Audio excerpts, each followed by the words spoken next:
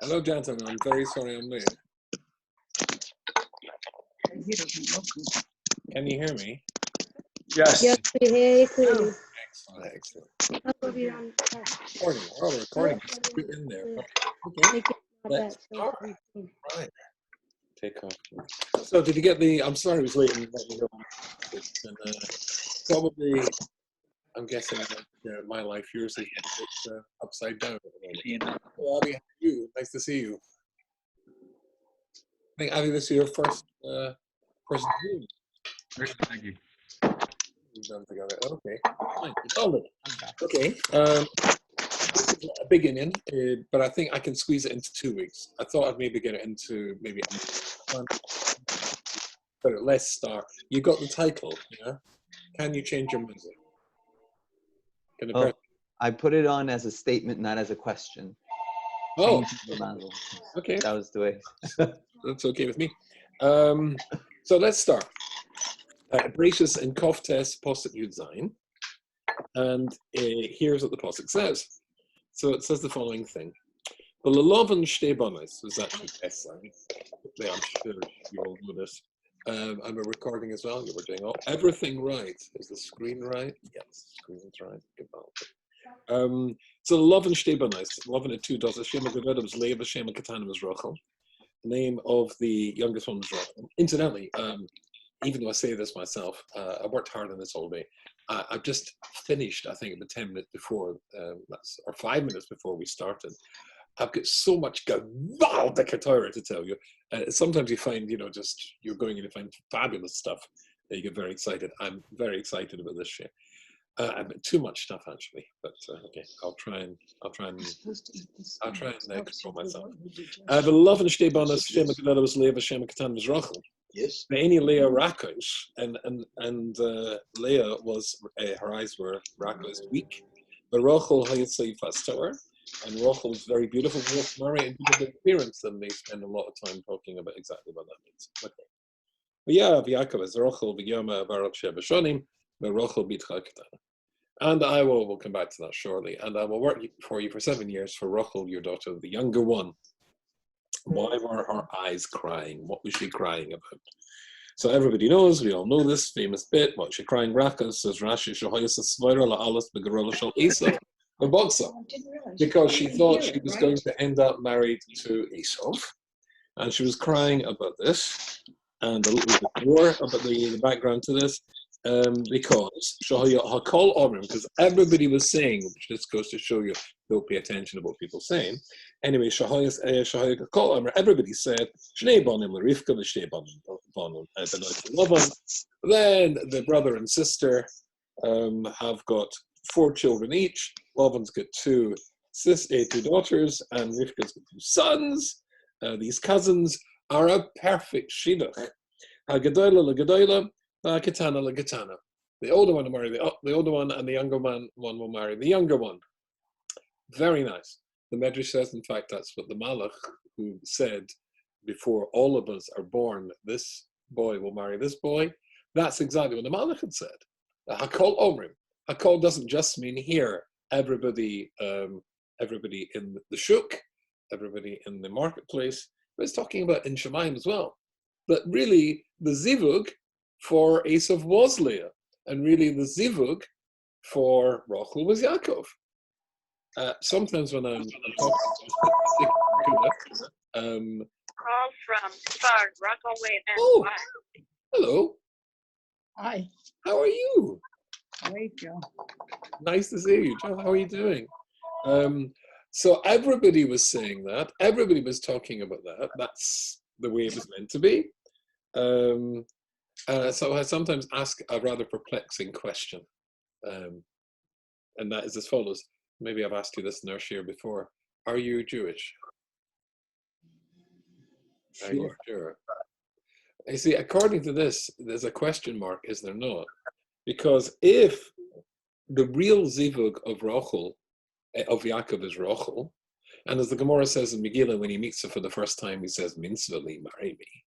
And she immediately says yes. To which I think you should immediately turn around and say,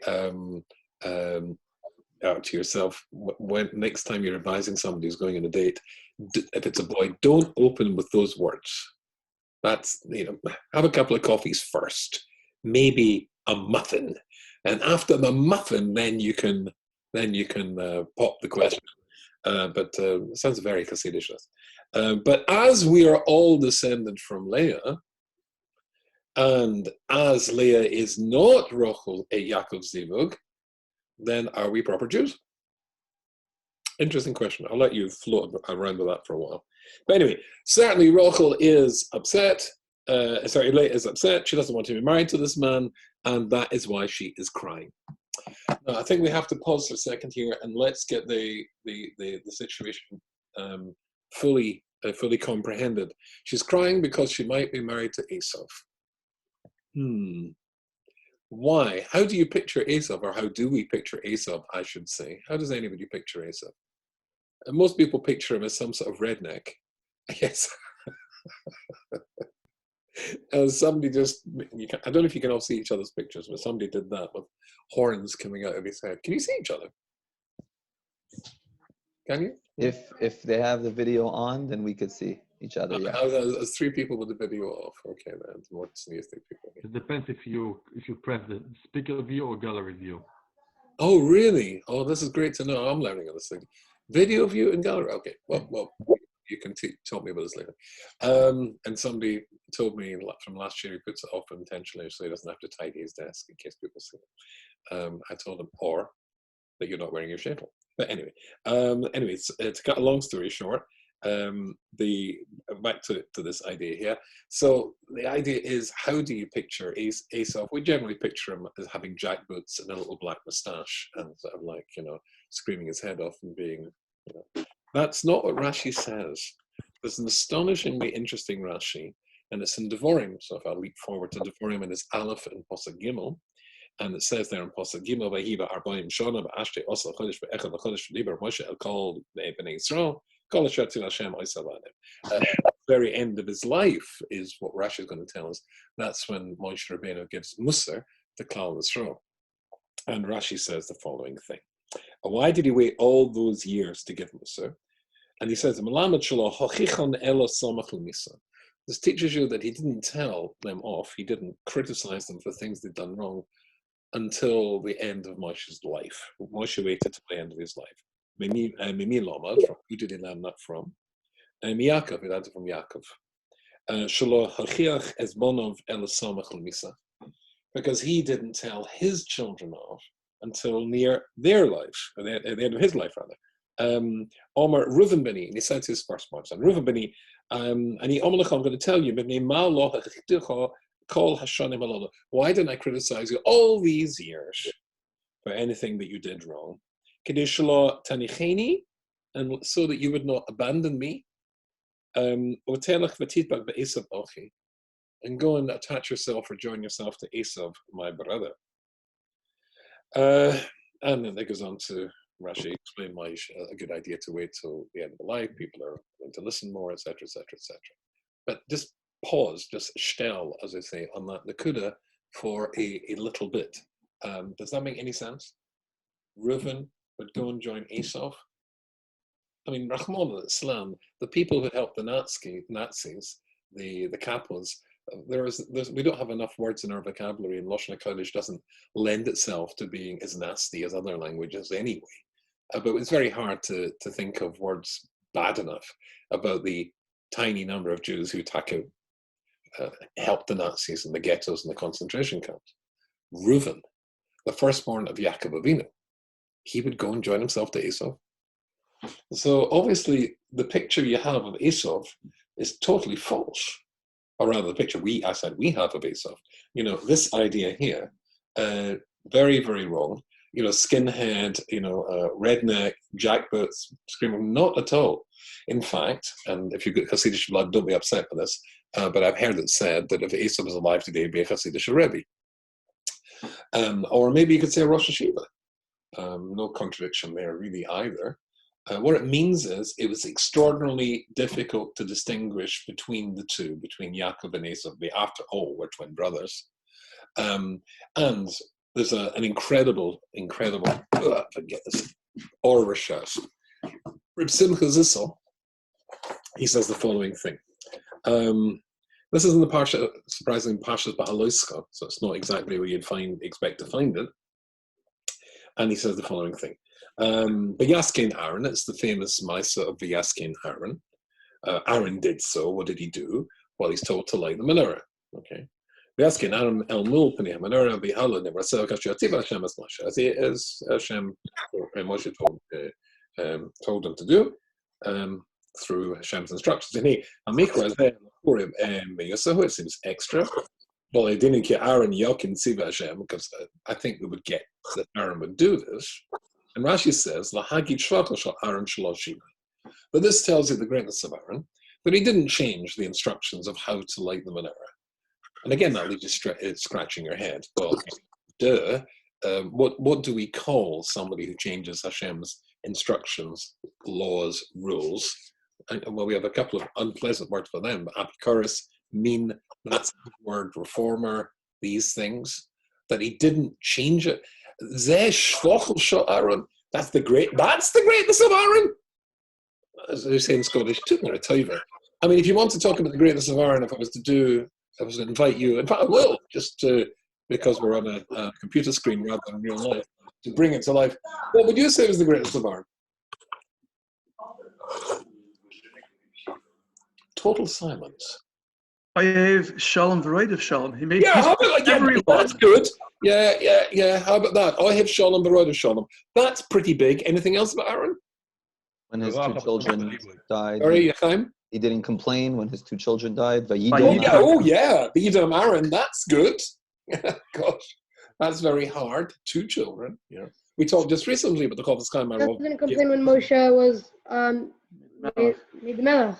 Sorry?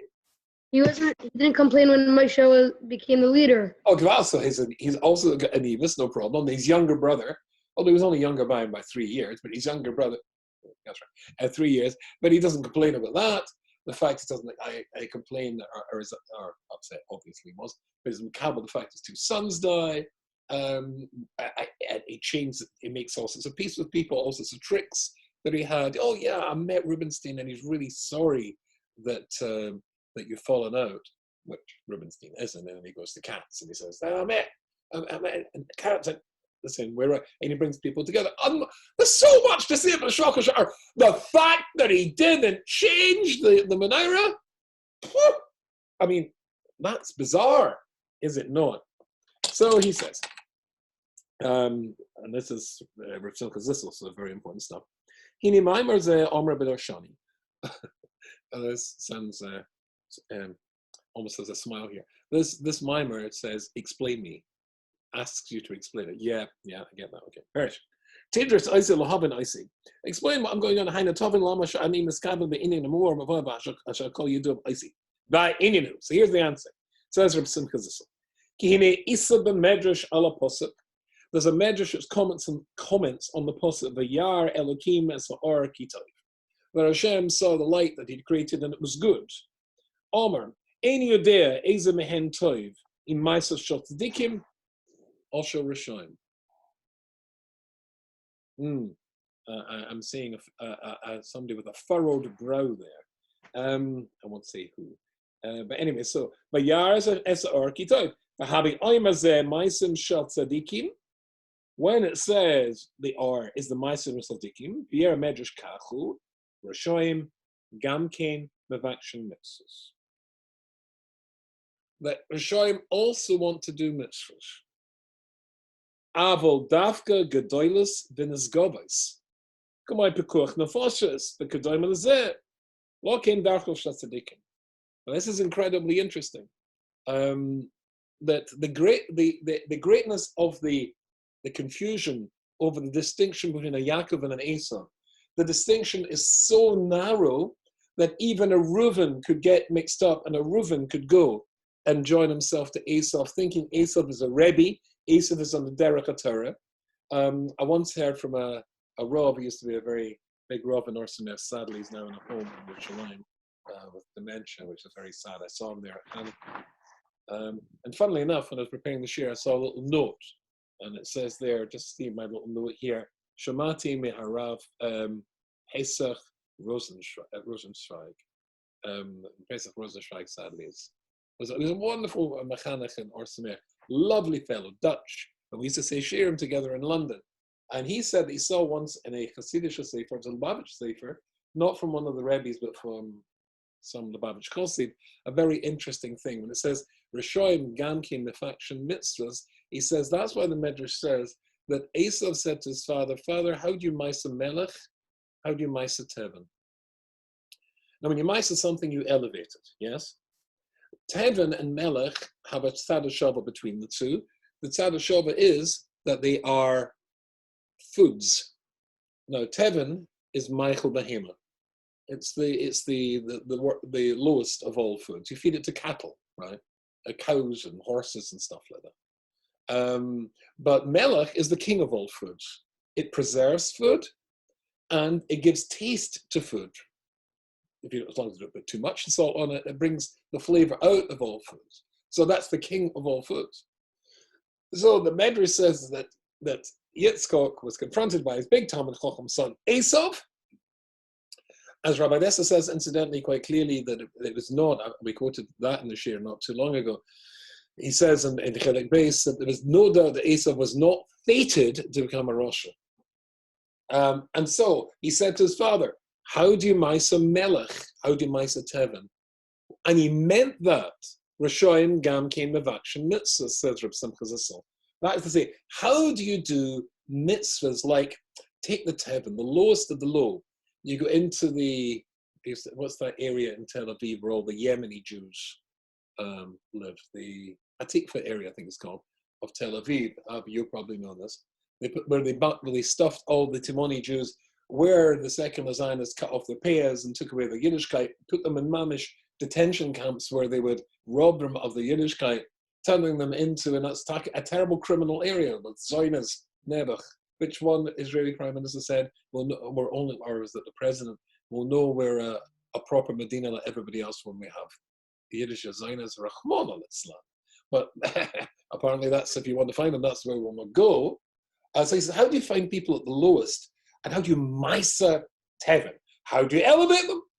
Or salt, that's the best. How do you set up a super kollel, a kollel Chazanish, or Gateshead kollel, some of the Spitz kollel in the world?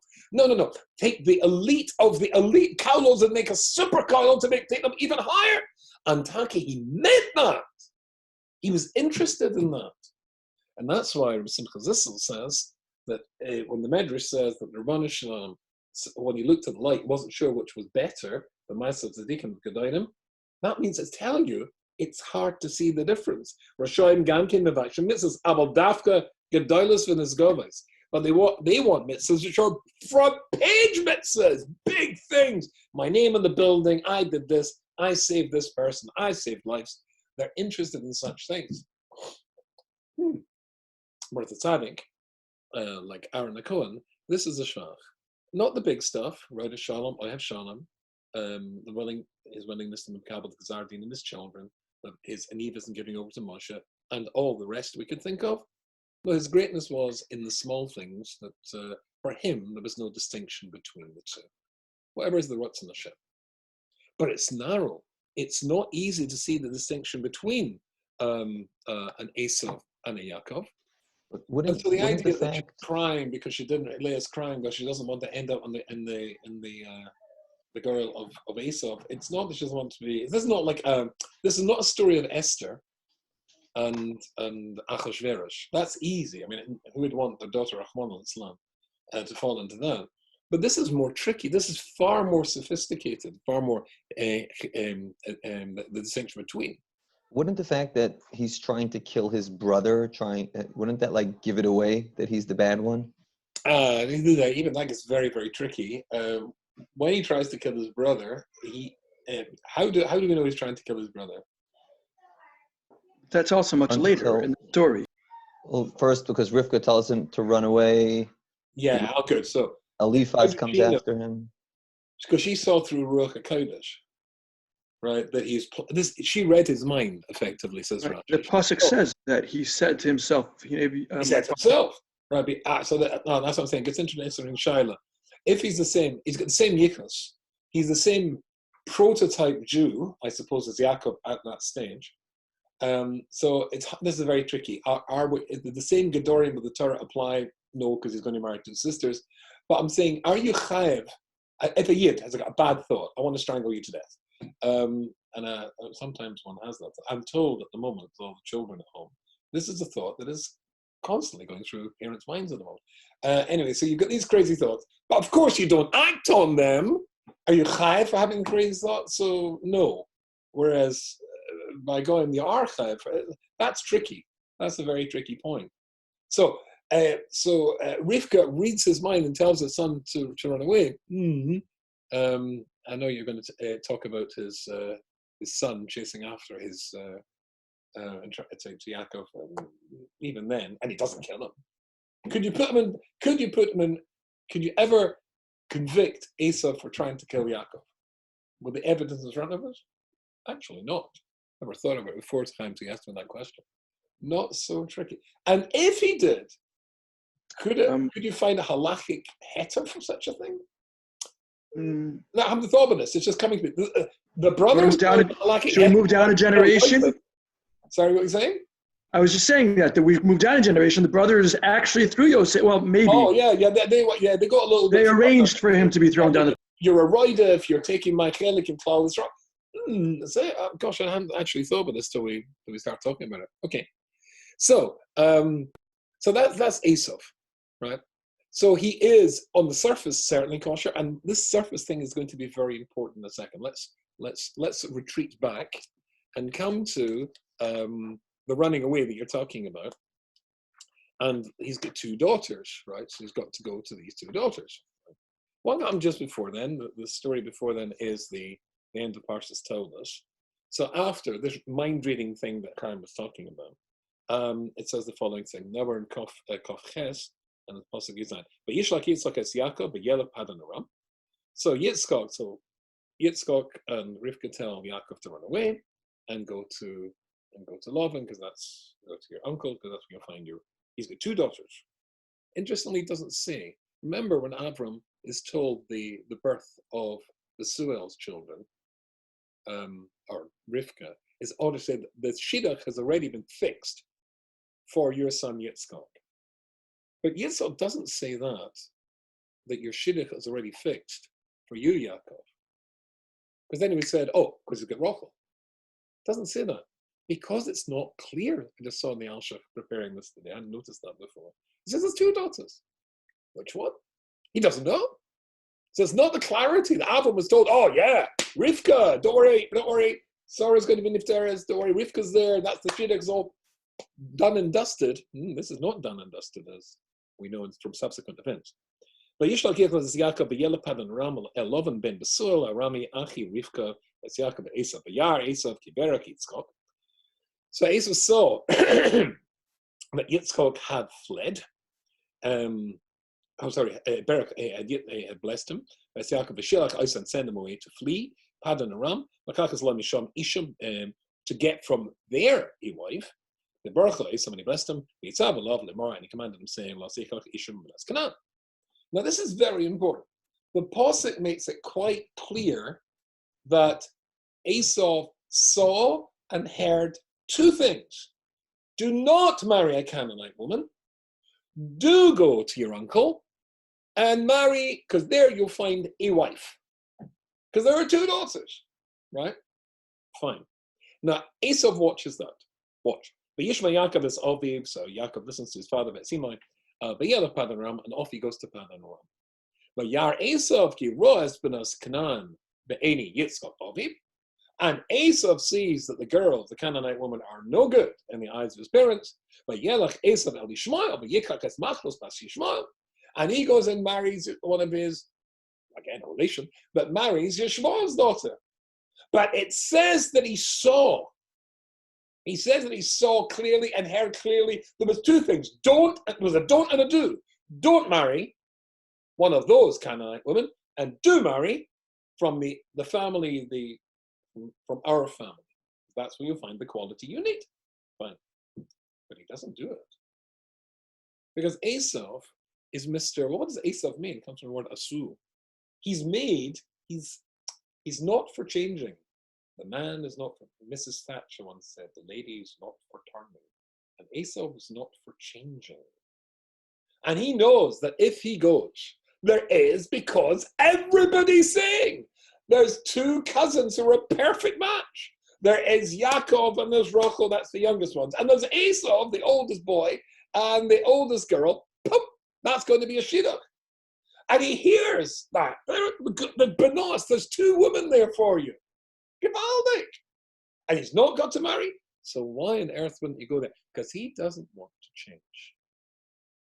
And he knows there is a rule, a kol holach achar ha'isha. Everything goes after the wife of the woman. And he doesn't want to change. So therefore he avoids Leah like coronavirus. Like the plague, right? He wants to avoid such an event occurring. But what about her?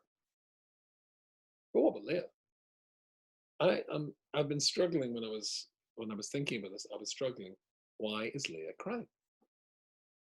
Why is Leah crying? And I'll tell you why. I'm struggling with this because what's she crying about? What about those tears?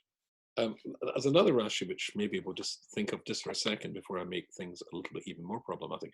Lamed Beis and Kof Gimel in Vayishlach, the confrontation between the two brothers after the final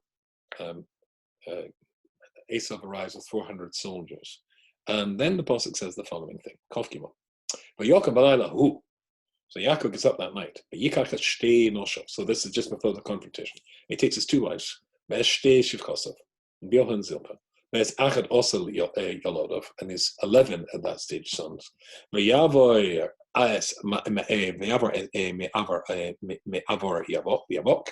Goes from this particular Yavok. And Rashi famously says on this posuk, somebody's missing. Who's missing? Who's missing? Well, we all know who's missing. Dina's missing. Let me just find the place. Yeah. But the Dina, and Rashi says, what happened to Dina? Okay. Nosno beteva benokol b'fnei shalo yitin bo esav ena. He put her in a trunk, in some sort of box, luggage, we assume, so that Esav should not see her and take her. Shema tachzerena lemutuv. Oh, sorry, Makin. Like Kach Nenish Yaakov, Shemano me'echav, and he was punished for that because Shema tachzerena lemutuv. There was a possibility had later on in life, despite the fact it's later on in life, but had he married Dina, Hakol Holach Acha Isha, and he would have changed. And instead, and there's a punishment for that, that's the whole story of Shem, when she was chat by Shem. But obviously, Hakol Holach Acha Isha, and I think it's obvious to say that if Dina is a Shema, then Leah is a Bada. The impact that Leah would have made, Leah is Leah, on, and that's because we're talking one generation later, the impact that Leah would have had on Esau. Now, he runs away from that. We get that, and we'll get it more fully next week. But what about her? Why is she crying? Maybe her tafkid is to change him. Maybe her mazal is to change him. And if you'll forgive me, reading from my translation, but it'll just speed things up, of Shara B'tochen, and page 72. It's page 72. This is in the introduction, Pirul Chaim, and I've heard this about 4 times from. Furthermore, as a Baal B'tochen, you're happy with whatever circumstances Hashem creates for you, if you're a Baal B'tochen. Right. This applies even if the circumstances run counter to your instincts and perspective. Hashem brings challenges that are ultimately always for your good. It's like a mother who has compassion on her baby, washing it, diapering it, and swaddling it. Even though the baby dislikes the process and struggles against it, feels constrained and contracted. And that's what David HaMelech says when he says, Baba, and he goes on to bring Sukkim. But obviously, this is This is, I'm afraid, Aleph Beis Yiddish Ashkofa. This is Aleph Beis Yiddish Muna and Betochen. So if Hakol, if everybody's saying, and a call doesn't mean everybody in the marketplace, but a call means the Malachim, the call means the Mazalis. This is your Bashert. This was our Bashert. Why can't?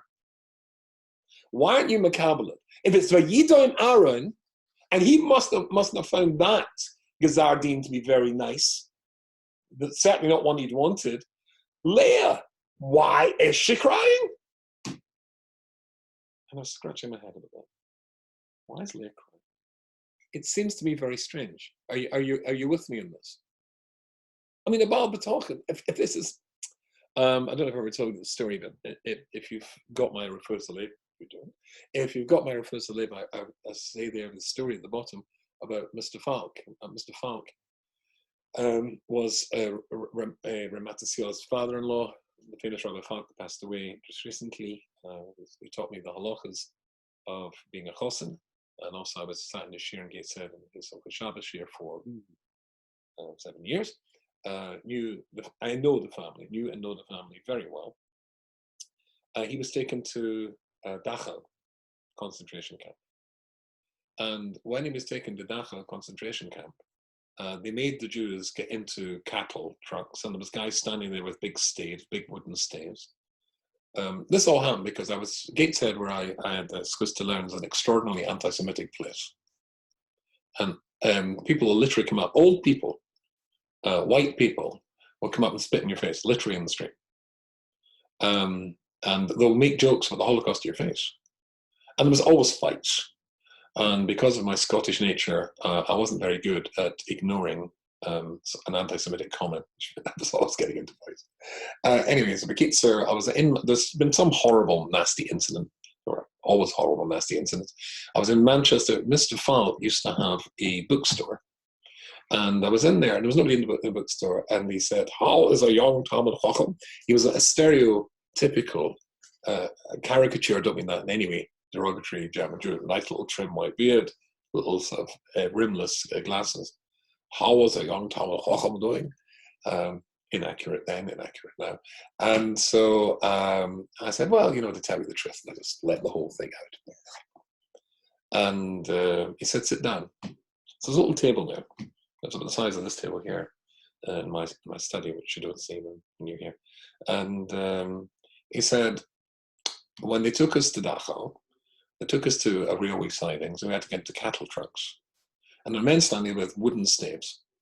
And they forced us to say or to shout a word. He said, and he said a German word. German words, they just lump big, huge, long words. Just keep. If you think of all the worst possible cuss words and appalling things you could say to somebody, this word apparently combines it all into one word.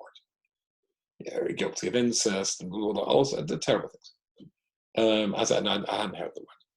So they said, if we said that word about ourselves, then we would be allowed to pass into the cattle trucks unmolested. But if we refused, they hit us with these things in the head.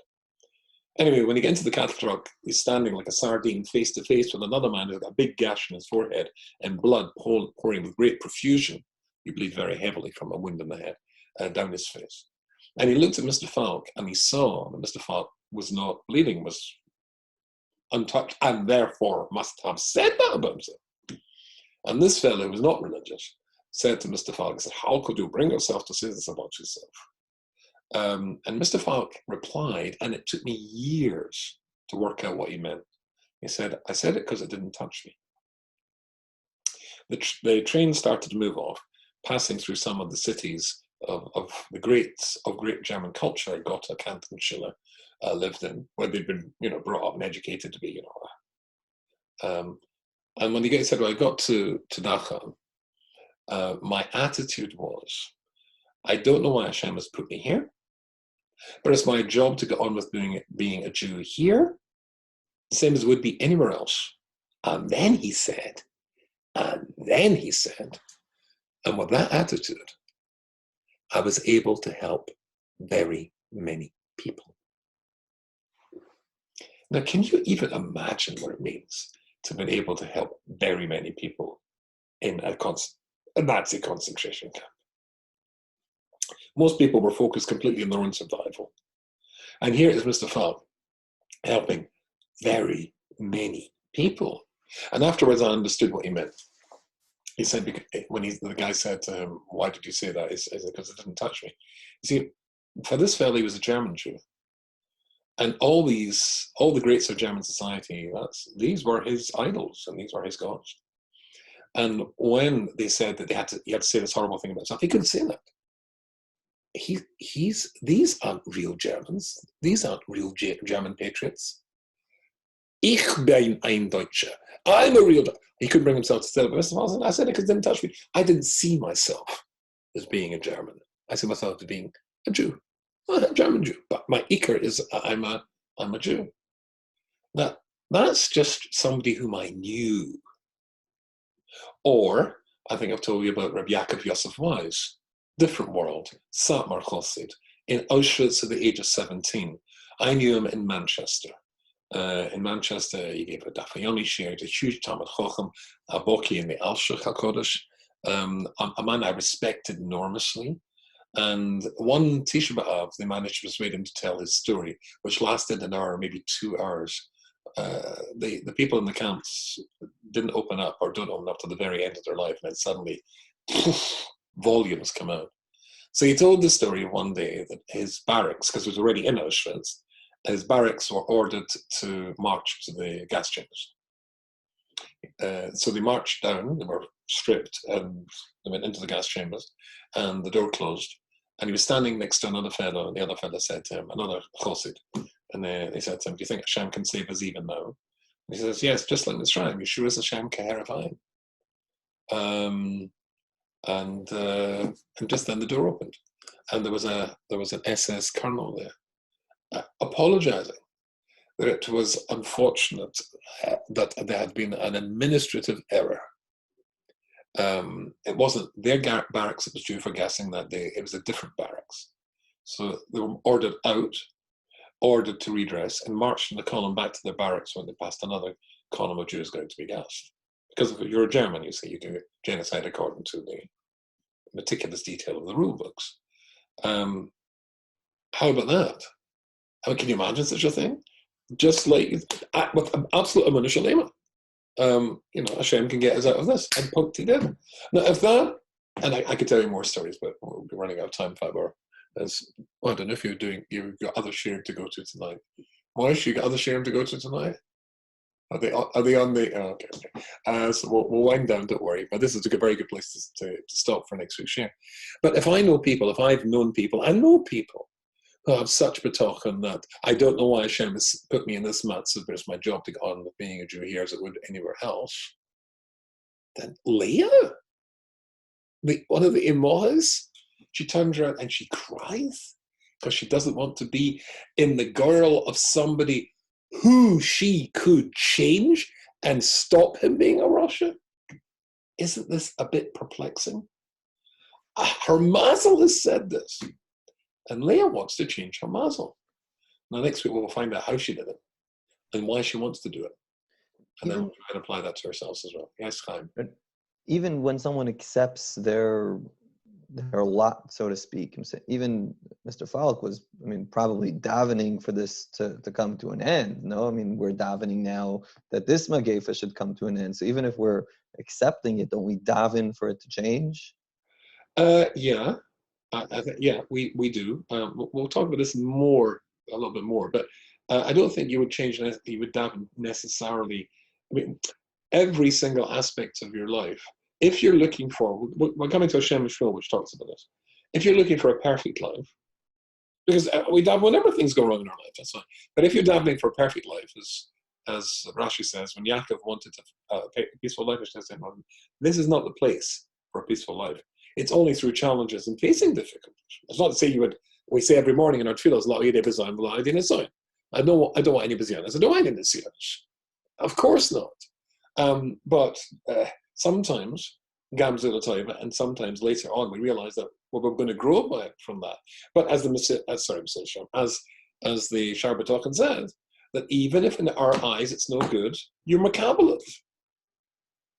We'll talk more about that. I hear what you're saying, but we'll expand on that next week. Don't worry. So 2 parts here: how to change your mazal. Is it a good thing? Why did she do it? Why do you want to change it? How did she do that? Get to next week. Okay. Stay well, stay safe, and I'm looking forward to seeing you when I'm doing again next year. Oh, for those who are with me in the our mini Sharp Talking Chair, and they're going extraordinarily well, by the way. Lots and lots of people all over the world reading them. I listen to them rather. So there you go. Okay, that's Lachlan Bracha. It is interesting.